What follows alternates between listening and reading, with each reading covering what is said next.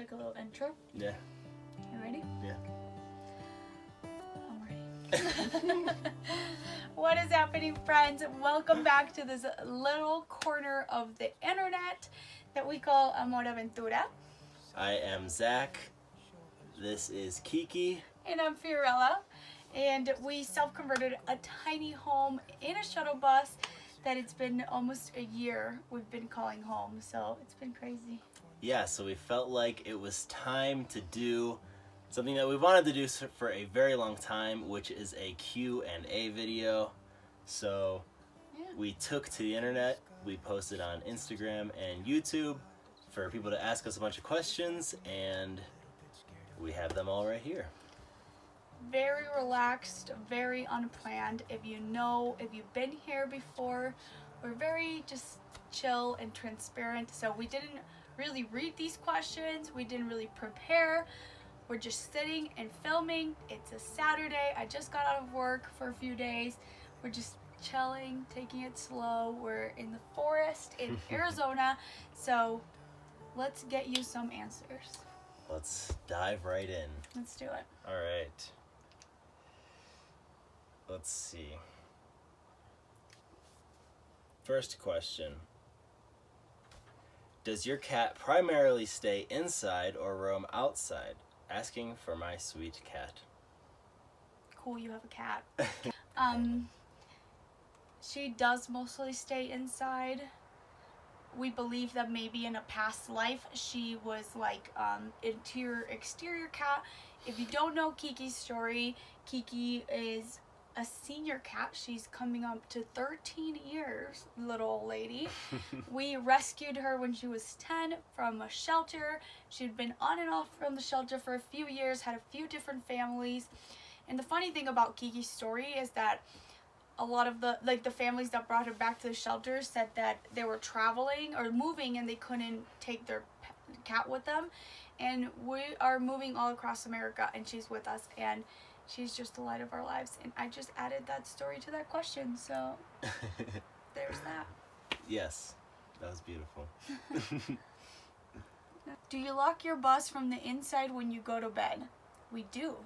We do lock our bus from the Indeed. inside every night, no matter what. Like, we've been parked in this spot and we've been the only people here, but we still lock it at night just for the peace of mind, I guess. Yeah, and I think we can...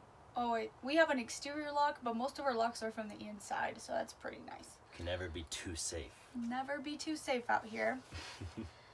Oh, you. All right. My husband and I have a van we want to convert, but don't know how to start. Any advice? That's a great question. We actually have a video about like how to start bus life or van life or any kind of...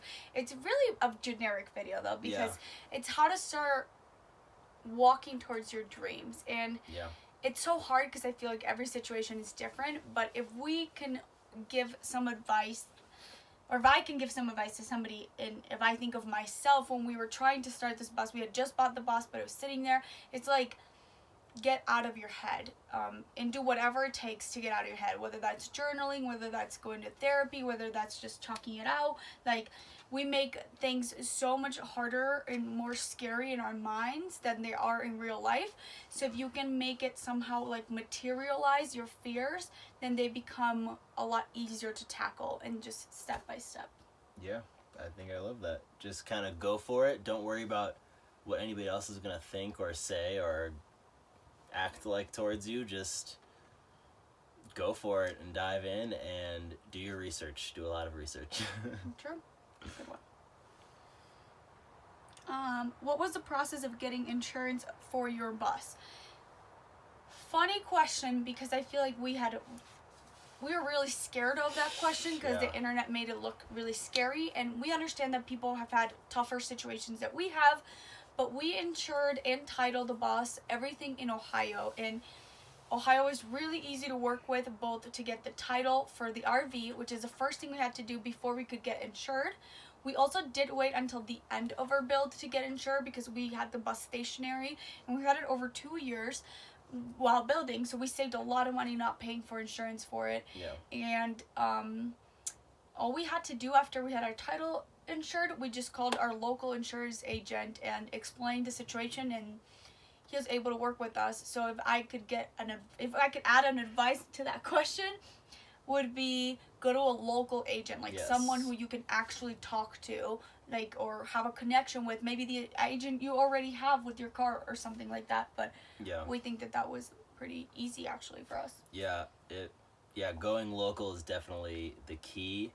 They want to help you, and sometimes if you're calling like more corporate offices and whatnot, they don't want to take the time, because it is a little bit of a process, I guess. So go local with that.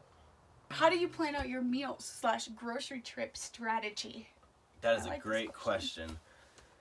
So we typically will run 2 big groceries a month, one every 2 weeks, I would say. Mm-hmm. And then every week we will do a replenishing run. So every vegetable and fruit and, things that obviously cannot hold that long and that you go through pretty quickly. We do that once a week. Mm-hmm. And we can make that last like 10 days sometimes. So with groceries, we always try to line it up to, we have to go to town about once every 10 days. Either it's water, either it's food, either it's propane, like gas or mail. Like for some reason, you're going to end up in town every 10 days or so. So we lined it up to that. I think that's a big strategy for us, trying to do errands like all together. In terms of space with groceries and our strategy with that, we honestly just buy smarter. We've learned what we really eat, what we don't. We've really cut waste. Living with a smaller fridge, I think you actually buy what you're using and it's not getting lost in the fridge.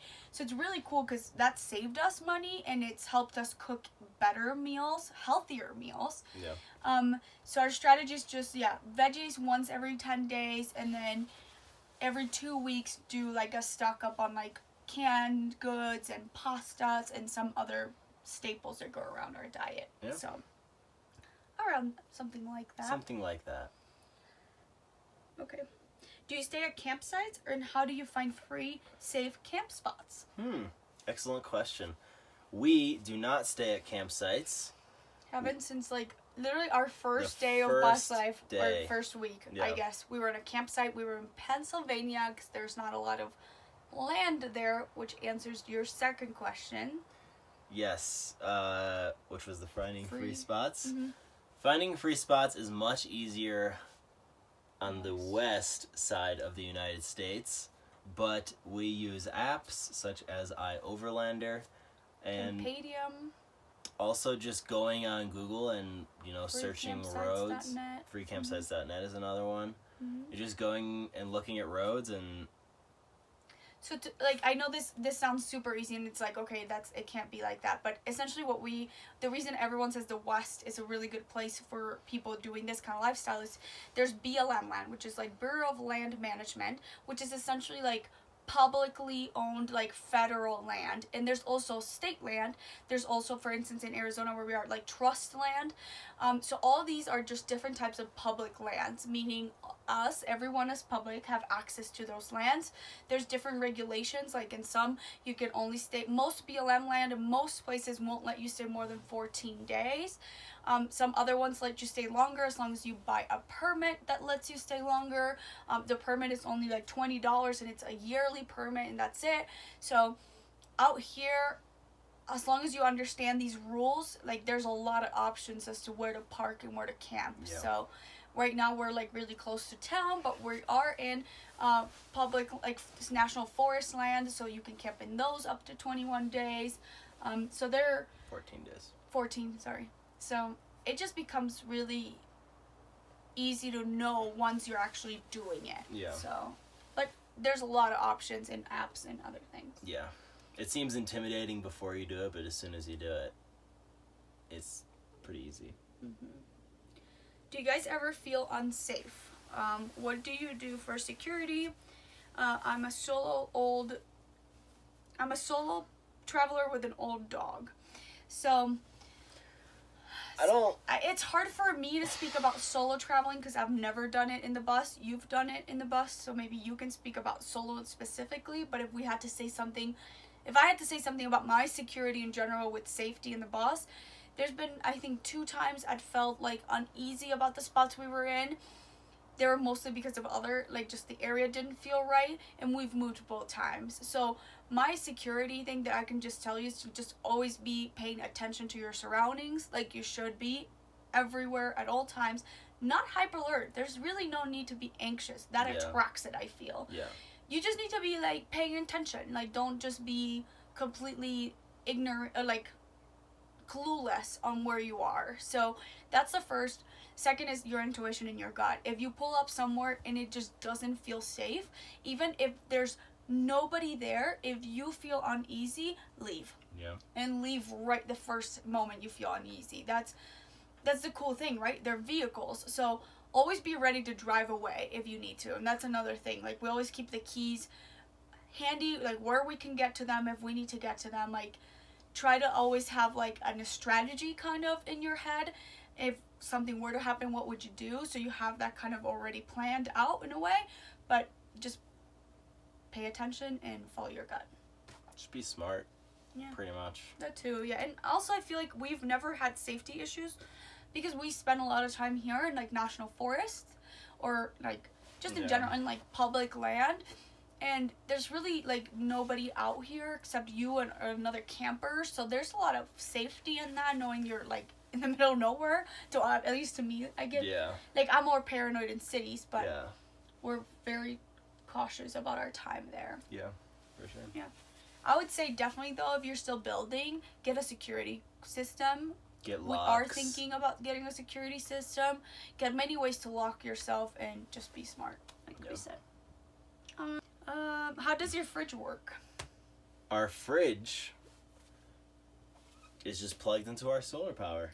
Yeah, our fridge is actually, like, very traditional. It's just a normal fridge. It's like a 110 volt fridge. So our electric runs on 24 volts and our transformer does 110. So we're exactly wired like a house would. So it's just like if it would be plugged into your outlet at home. Yep. It's not the most energy efficient, but it works with our system. We've had very little issues, and this is not the question, but we are very happy with the size. So definitely think your fridge size. Give it a lot of thought if you're thinking about Best Life, because we can go 2 weeks if we Tetrix food into it. So it's ours is cool. A 4.5 cubic feet for reference. That is correct. We answered that one. Is there anything you miss about pre-bus life? I think we both should answer this question. I like that question. Anything that we miss about pre-bus life? And this question is from my good friend Aloe. Aloe, if you're watching this, we love you. Miss you, Aloe. That's what I miss from pre-bus life. Yeah, honestly, that's exactly it. If we miss something about pre-bus life, it's just having, you know, like that city life in a way. Like, sometimes I miss that. I don't think it's something I miss constantly or every day, but sometimes I think of, like, we used to have, like, a bakery, like a fresh bread bakery across our street, like, of the apartments. It was fun, like, going once a week and getting bread from the same place, and you would see the same people and they would recognize you. Or just like Cleveland Vegan, which is our favorite restaurant. We miss you guys if you're watching this by chance. Like, we knew everyone that worked there, and it was just, we had everything in the menu, and just little things like that come with, like, being stationary. The first thing I thought in my head was Cleveland Vegan. So. Yeah. We miss food we miss the restaurants of our pre-bus life. Food. We ate a lot of vegan food. Now we don't really eat out too much, which is a good thing. We still eat vegan food. We just still make eat vegan all of it, which is pretty fun. Did both/either of you finish college? What were your majors? So we both did finish college. We met in college. My major is in education. I doubled major in government foreign affairs and political science with a focus in economics and international studies. So I was a geek, still am, big nerd. I was going to go to law school before I went and studied abroad, which I did a program called Semester at Sea. Completely changed my life and realized that I was going down, like, not what I wanted out of life, just what other people wanted out of life. So once we both graduated college, we kind of both had their realization So we reinvented our lives, and here we are. Answering a Q&A on YouTube. I know, that we didn't plan for. So I'm rambling. What are some of your favorite and least favorite things about bus life? That's a big question. Wow, that's a big question. Yeah, sheesh. Favorite? Spending so much time in nature and being parked in beautiful places and waking up and feeling like those places are just inside of the bus is a pretty amazing feeling. And also the people that we have met on the road have just been some of the most incredible people ever. And so I think just building those relationships with like-minded people and connecting with people that, you know, have similar, very different yet very similar interests and backgrounds, I guess. It's just such a big question because to me it's like a lifestyle thing. It's not just something we're doing temporarily. Yeah. So I feel like my favorite part about bus life is that we're living our truths and we're like aligned with like what we crave to do, what our intuition told us to do. That's my favorite part. And like, yeah, there's a lot of parts that are not easy, they're not pretty about this, but to me like everything else just so much outweighs the other things. So yeah, like nobody wants to like deal with your compost toiling spilling and or your gray water or just like a lot like breakdowns, like being broken down when you had to get somewhere. Like you don't want to deal with all those things, but everything else just feels so good that to me this is just like a big one happy thing. And like just I'm just really happy that we're doing what we wanted to for so long. Absolutely. It's worth any amount of negative thing that happens in it, for sure. Yeah, which they do, and that's fine. They do, for sure. But there's moments where it's hard, obviously, just like in anything, but it's also the best thing that we've ever done. Great. So the last question we have, how long have you guys been vegan for? Did you guys go vegan together, or was it something you each did on your own? So, I have been vegan for a little over 5 years, and you have been vegan for? Right about 4 years. A little over 4 years. We did not do it together. I was vegan when we met. I was a very bad vegan, for sure, in the sense that my diet was not very good. I just knew what I didn't want to eat, but I didn't know what I should be eating, kind of thing. And we went vegan for very different reasons, and she came to it completely on her own, and we've grown into veganism completely together, I would say. Like, I've been vegan for longer, but I feel like my vegan, like my real, like living vegan and like being a vegan and like living a vegan life didn't really start until like she went vegan. So I would say we did it together. Yeah, I think we did, in the sense of like we are where we are because we did it together. So when I met Zach, I had been dealing with hypothyroidism, drinking, like having medicine every day, and just feeling just really unhappy with my body, and it had been like a few years in the making of just like getting worse, both in like actual physical health and just like mental well-being health. So I was like at a crossroads. I had just come back from like this life-changing study abroad experience, and in that study abroad experience I met a lot of people that were from, you know, like all different parts of the world, and a lot of them were vegan or plant-based, and they were talking about it in a way I had never talked with somebody about, like the relationship your food, of the food has with your body and how you feel and the planet. And that really opened my eyes to like, okay, there's something bigger here. A few months before that, a doctor had told me you should consider going plant-based if you're unhappy with having medication for your thyroid issues. And I remember laughing. I think every vegan on earth has laughed about the thought of being vegans, and like I was like, I don't want to eat lettuce for the rest of my life. Like, that's stupid. Then, like I said, the study abroad experience kind of introduced me to it. Like, oh, there's people doing this and traveling, and like there's really something here. And then I started doing more research, and I had already like not been eating red meat a lot. I started cutting things out like very slowly but surely. And then when we met and Zach was like, I'm vegan, I was like, no way. Like, that was just like such a moment for me of like, whoa, this is so crazy. Like, it kind of came full circle in a way. And because we started cooking more that way and going to restaurants where he could eat things. So it kind of like evolved. He definitely didn't pressure me at all. He actually like really encouraged me not to. Like, he was just like, I want you to walk in it by yourself. And I think because we both walked in from, like he said, like Zach was more like the animal rights part of it. I was more my health. I gave it a try for 1 month. That's how I started. I said, I'm going to actually do it for 1 month. And I fell in love with it. And I felt so good. I had never felt so good that we both really like went full into it after that. So. Yeah. And it's the most amazing thing Absolutely. ever, honestly. It's just yeah, like... I mean, just from my personal medical experience, like, I reinverted a disease that I had that would have gotten worse and worse if I would have kept going, even with medicine. So it's truly like healed me and like healed my body in a way that I never thought would ever be possible. So it's without a doubt one of the best things we've done for ourselves. Yeah. So if you have any questions about going vegan, please reach out to us, because we're happy to answer we them. are happy to talk about it. We love it so much. We know what it's done for our lives in so many ways we haven't even touched on.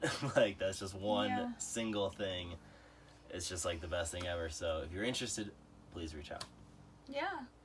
And with that, that's all the questions we had. This was very like last minute and just unprepared, like we said, in the sense that we wanted it to be very casual. We're in our bed.